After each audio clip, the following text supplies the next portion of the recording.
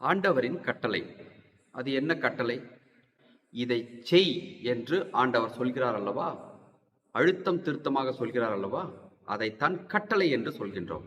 அது ஆண்டவர் வாயிலிருந்து வந்தால் அது ஆண்டவரின் கட்டளை. இந்த ஆண்டவரின் கட்டளையை நாம் எவ்வாறு கருத்தில் கொள்ள வேண்டும்? இதைத்தான் மோசே முதல் வாசகத்தில் நமக்கு எடுத்து சொல்கின்றார். முதல் வார்த்தையை பாருங்கள். அந்நாட்களில் ஆண்டவர் கட்டளையிட்டபடியெல்லாம் மோசே செயல்பட்டார். ஆண்டவரிட்ட கட்டளைகள் அத்தனையுமே மோசே நுணுக்கமாக பார்த்து பார்த்து செய்தார் என்பதைத்தான் முதல் வாசகமானது நமக்கு எடுத்து சொல்கின்றது. அப்படி என்றால் கடவுளின் கட்டளையை நாம் எப்படி அணுக வேண்டும்? மிகவும் கண்ணும் கருத்துமாக அணுக வேண்டும். அணுகி அவர் சொல்லக்கூடிய அத்தனை கட்டளைகளையும் கடைபிடித்து நடக்க வேண்டும்.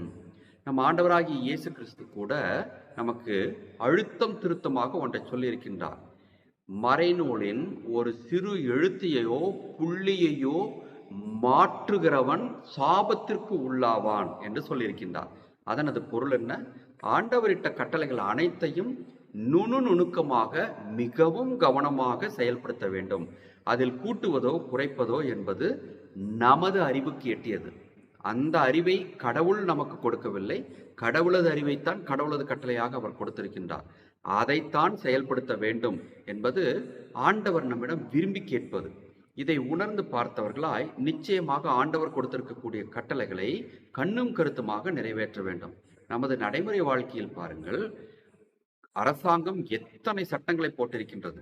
அந்த சட்டங்களில் ஒன்றையேனும் நாம் மீறி நடக்கக்கூடாது என்று நினைக்கின்றோம். அப்படி மீறி நடந்தால் நிச்சயமாக அதற்குரிய தண்டனை கிடைக்கும்.